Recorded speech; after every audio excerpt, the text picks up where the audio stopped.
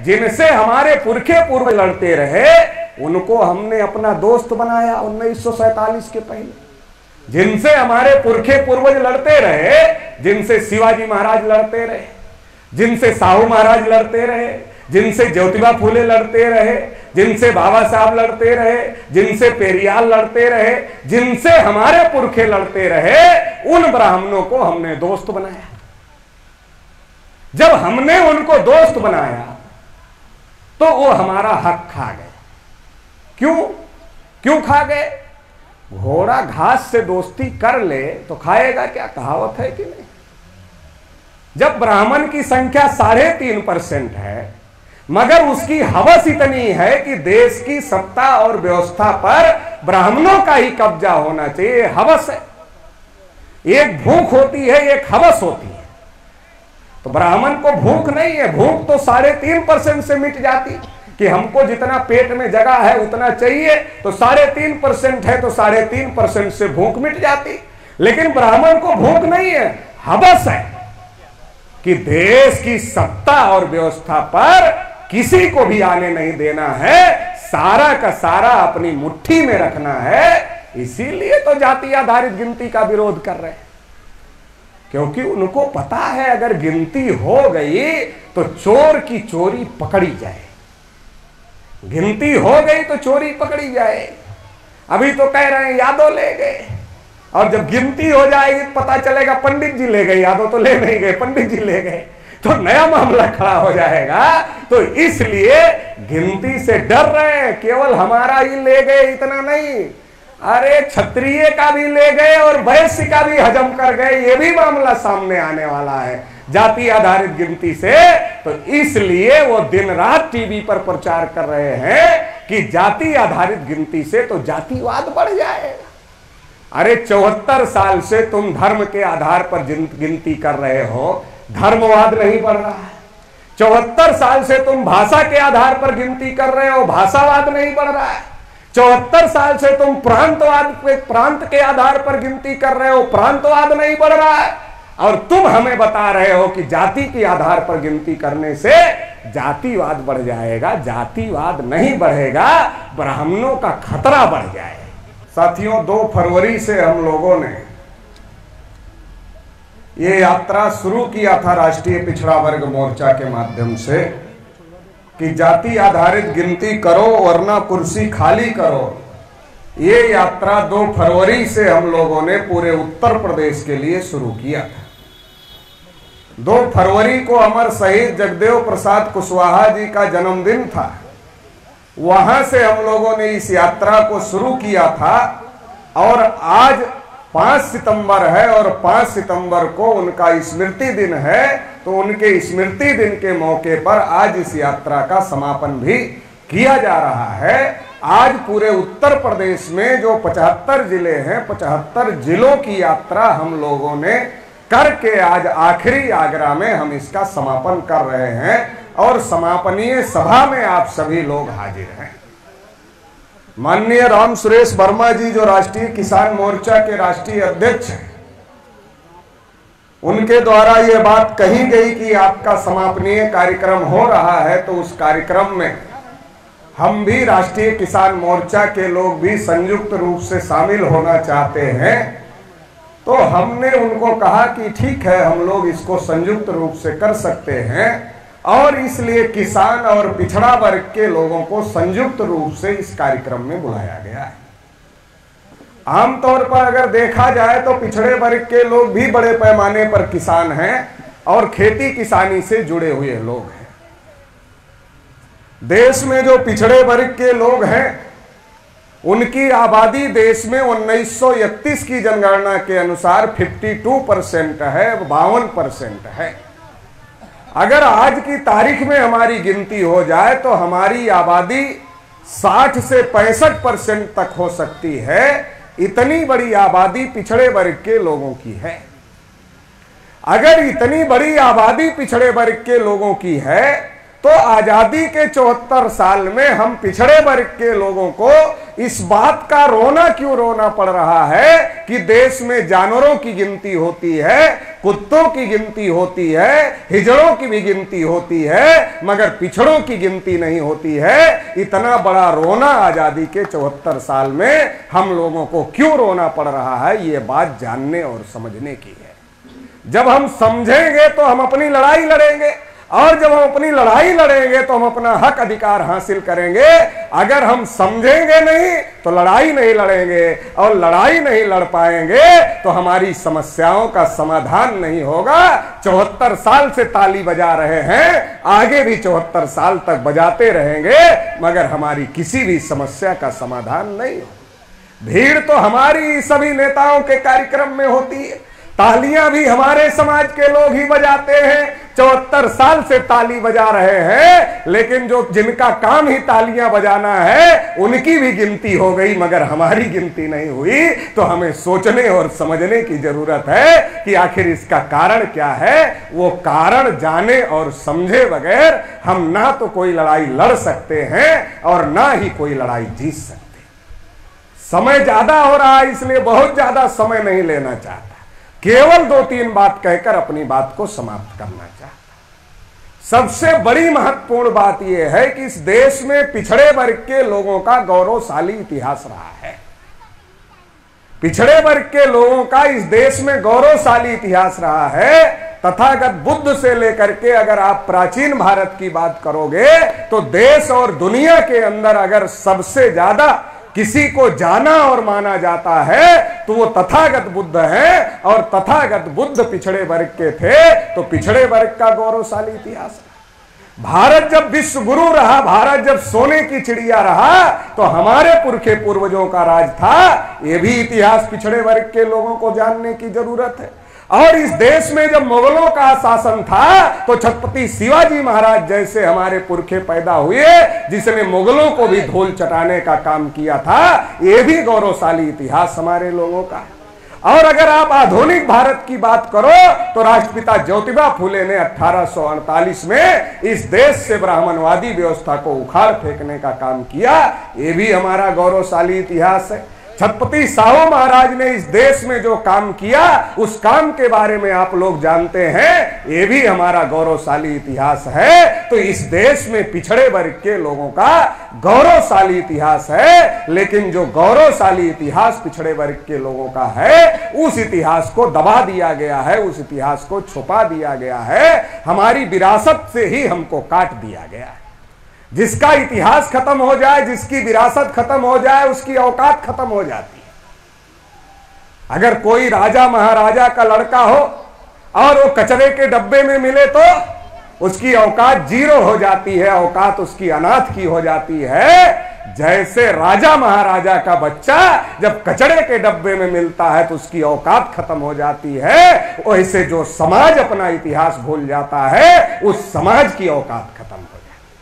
आज अगर पिछड़े वर्ग के लोगों की औकात को खत्म किया गया है और हमारी गिनती नहीं हो रही है, तो इसका कारण यह है कि हमने अपने पुरखे पूर्वजों के इतिहास को हम भूल गए हैं, और इसलिए आज हमारी देश में कोई औकात मानी नहीं जा रही है। अगर हमारी कोई औकात मानी जाती तो देश में हमारी भी गिनती होती, हमारा भी हिस्सा होता, लेकिन आजादी के 74 साल में हमें हमारा हिस्सा नहीं।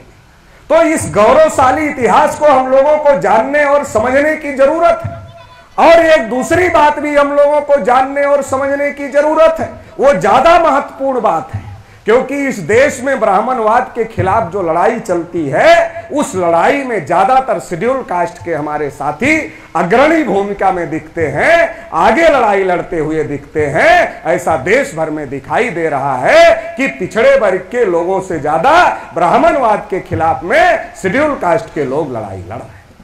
लेकिन जब हम देश के इतिहास को देखेंगे तो हमें इस बात को समझ में आएगा कि इस देश में ब्राह्मणवाद के विरोध में जो जंग की शुरुआत हुई, वो जंग की शुरुआत तो पिछड़े वर्ग के लोगों ने किया था। अगर प्राचीन भारत में वर्ण व्यवस्था के खिलाफ में आंदोलन करने का काम किया तो तथागत बुद्ध ने आंदोलन शुरू करने का काम किया।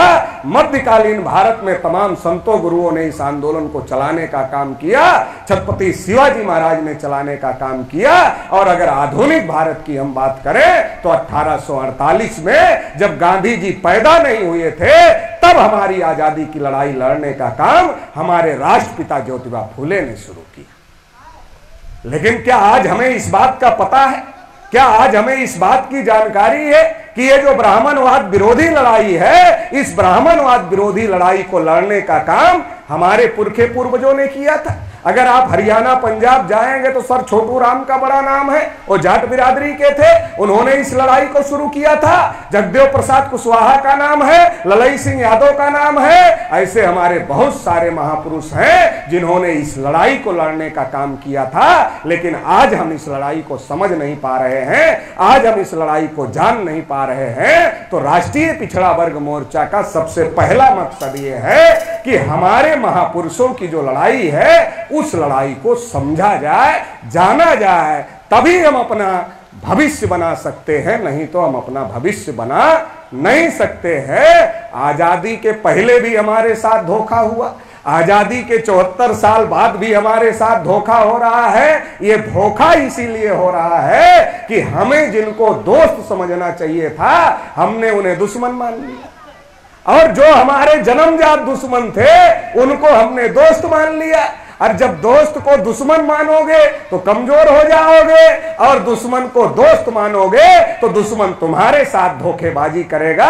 अगर आजादी की लड़ाई में और आजादी के 74 साल में अगर पिछड़े वर्ग के लोगों के साथ धोखा हुआ है तो उसका कारण यह है हमने दोस्त को दोस्त नहीं माना, हमने दुश्मन को दोस्त माना, और इसकी वजह से यह सारा हो रहा। इस बात को, एक बात ये हम लोगों को समझने की जरूरत है। जब ज्योतिबा फुले आंदोलन चला रहे थे तो उन्होंने क्या कहा? ज्योतिबा फुले ने कहा कि जब तक अंग्रेज भारत में हैं तब तक इस गुलामी से आजादी हासिल कर लो, क्योंकि ये ब्राह्मण तुम्हें अधिकार देने वाले नहीं। हमने ज्योतिबा फुले की नहीं सुनी। जब छत्रपति साहू महाराज राजा थे उन्होंने क्या कहा? जब तक अंग्रेज भारत में है तुम भी लड़के अपना अधिकार हासिल कर लो, नहीं तो तुम्हें ये ब्राह्मण देंगे नहीं। हमने छत्रपति साहू महाराज की नहीं सुनी।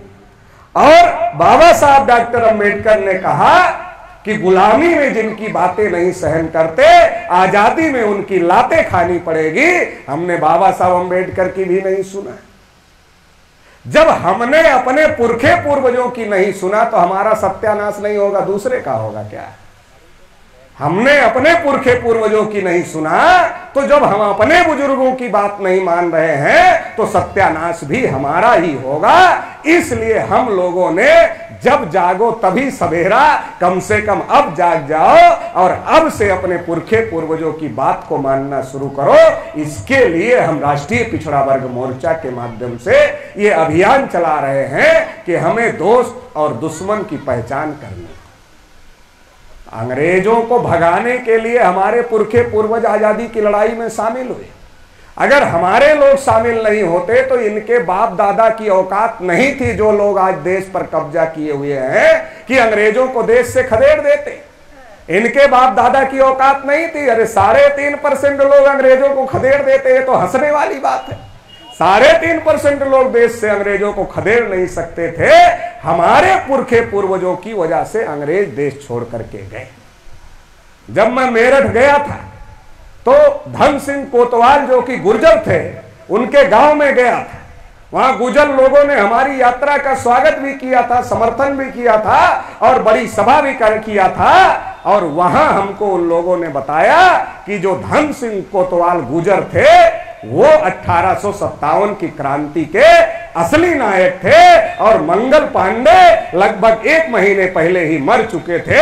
लेकिन जो 1 महीने मर चुका था उसको 1857 की क्रांति का नायक घोषित कर दिया गया, और जो धन सिंह गुर्जर थे उनको इतिहास के पन्ने से ही गायब कर, जबकि उनके गांव पर अंग्रेजों ने तोप चलवा दिया था, उनको फांसी की सजा दिया था। फांसी पर चढ़ा दिया था, लेकिन इतिहास से ऐसे एक ही धन सिंह गुजर नहीं है। ऐसे जब आप जाओगे तो गांव गांव में हमारे पुरखे पूर्वजों का इतिहास दबा पड़ा हुआ है, जिन्होंने अंग्रेजों को इस देश से भगाने के लिए कुर्बानी देने का काम किया, शहादत देने का काम किया। सभी जाति बिरादरी में जो हमारे लोग हैं, उन सभी में हमारे लोगों ने कुर्बानी देने का काम किया। उसी कुर्बानी देने वालों में एक बड़ा नाम सरदार वल्लभ भाई पटेल का भी था, जिन्होंने इस देश में आजादी की लड़ाई में गांधी जी की सबसे ज्यादा मदद किया। और गांधी जी ने लिखा कि अगर मुझे सरदार वल्लभ भाई पटेल नहीं मिले होते तो मैं सफल नहीं होता। मगर जब सरदार वल्लभ भाई पटेल को देश का प्रधानमंत्री बनाना हुआ, तब गांधी जी ये बात भूल गए और गांधी जी ने पंडित जवाहरलाल नेहरू का, जिनके समर्थन में केवल एक आदमी था, जेबी कृपलानी। 14 राज्यों की कमेटियां सरदार पटेल के समर्थन में थी और केवल एक आदमी जेबी कृपलानी जिनके समर्थन में था, उसको गांधी जी ने वीटो पावर लगाकर देश का प्रधानमंत्री बना। हमारे लोगों ने गांधी जी को सफल करने के लिए कुर्बानी दिया, हमारे लोगों ने नेहरू जी को सफल करने के लिए कुर्बानी दिया, हमारे लोगों ने गांधी और नेहरू को सफल करने के लिए कुर्बानी दिया। और जब गांधी नेहरू को मौका मिला तो हमारे लोगों को इतिहास से ही गायब करने का काम किया। संविधान सभा के चुनाव में एक भी ओबीसी को गांधी और नेहरू ने टिकट नहीं दिया। मसला तो हमारा भी हल हो गया होता ना। अगर हम लोग गांधी नेहरू के आंदोलन में थे तो गांधी नेहरू की जिम्मेदारी थी संविधान सभा में हमारे लोगों को भी हक दिया जाता, संख्या के अनुपात में टिकट दिया जाता, तो हमारा मसला भी संविधान सभा में हल हो गया होता। आज लड़ने की जरूरत नहीं। लेकिन हमारे लोगों को हमारे लोगों ने गांधी नेहरू पर विश्वास किया, मगर गांधी नेहरू ने हमारे लोगों के साथ में विश्वासघात किया। और विश्वासघात किया तो संविधान सभा में एक भी टिकट नहीं दिया, और एक टिकट नहीं दिया तो लड़ाई कैसे हो? लड़ाई हुई नहीं। डॉक्टर अंबेडकर लड़ाई लड़ना चाहते थे, मगर पिछड़ा वर्ग तो गांधी नेहरू को नेता मानता था, तो अंबेडकर को नेता ही नहीं मानता था, तो अंबेडकर की ताकत ही नहीं लड़ने की थी। तो जितनी ताकत थी उसके मुताबिक उन्होंने आर्टिकल 340 डाल दिया संविधान में, जिसकी वजह से कालेलकर कमीशन आया, जिसकी वजह से मंडल कमीशन आया, और जिसकी वजह से आज 27% रिजर्वेशन पिछड़े वर्ग के लोगों को मिल रहा है। मिलना 52 चाहिए था, मगर 27 मिल रहा है। तो हमारे लोगों को यह समझने की जरूरत है कि जिन लोगों ने, जिनसे हमारे पुरखे पूर्वज लड़ते रहे, उनको हमने अपना दोस्त बनाया 1947 के पहले। जिनसे हमारे पुरखे पूर्वज लड़ते रहे, जिनसे शिवाजी महाराज लड़ते रहे, जिनसे साहू महाराज लड़ते रहे, जिनसे ज्योतिबा फूले लड़ते रहे, जिनसे बाबा साहब लड़ते रहे, जिनसे पेरियार लड़ते रहे, जिनसे हमारे पुरखे लड़ते रहे, उन ब्राह्मणों को हमने दोस्त बनाया। जब हमने उनको दोस्त बनाया तो वो हमारा हक खा गए। क्यों खा गए? घोड़ा घास से दोस्ती कर ले तो खाएगा क्या? कहावत है कि नहीं? जब ब्राह्मण की संख्या 3.5% है, मगर उसकी हवस इतनी है कि देश की सत्ता और व्यवस्था पर ब्राह्मणों का ही कब्जा होना चाहिए। हवस है, एक भूख होती है, एक हवस होती है। तो ब्राह्मण को भूख नहीं है, भूख तो 3.5% से मिट जाती कि हमको जितना पेट में जगह है उतना चाहिए, तो 3.5% है तो 3.5% से भूख मिट जाती। लेकिन ब्राह्मण को भूख नहीं है, हवस है कि देश की सत्ता और व्यवस्था पर किसी को भी आने नहीं देना है, सारा का सारा अपनी मुट्ठी में रखना है। इसीलिए तो जाति आधारित गिनती का विरोध कर रहे हैं, क्योंकि उनको पता है अगर गिनती हो गई तो चोर की चोरी पकड़ी जाए। गिनती हो गई तो चोरी पकड़ी जाए। अभी तो कह रहे हैं यादव ले गए, और जब गिनती हो जाएगी पता चलेगा पंडित जी ले गए, यादव तो ले नहीं गए, पंडित जी ले गए, तो नया मामला खड़ा हो जाएगा। तो इसलिए गिनती से डर रहे हैं। केवल हमारा ही ले गए इतना नहीं, अरे क्षत्रिय का भी ले गए और वैश्य का भी हजम कर गए, ये भी मामला सामने आने वाला है जाति आधारित गिनती से। तो इसलिए वो दिन रात टीवी पर प्रचार कर रहे हैं कि जाति आधारित गिनती से तो जातिवाद बढ़ जाएगा। अरे 74 साल से तुम धर्म के आधार पर गिनती कर रहे हो, धर्मवाद नहीं बढ़ रहा है। 74 साल से तुम भाषा के आधार पर गिनती कर रहे हो, भाषावाद नहीं बढ़ रहा है। 74 साल से तुम प्रांत के आधार पर गिनती कर रहे हो, प्रांतवाद नहीं बढ़ रहा है। और तुम हमें बता रहे हो कि जाति के आधार पर गिनती करने से जातिवाद बढ़ जाएगा। जातिवाद नहीं बढ़ेगा, ब्राह्मणों का खतरा बढ़ जाएगा।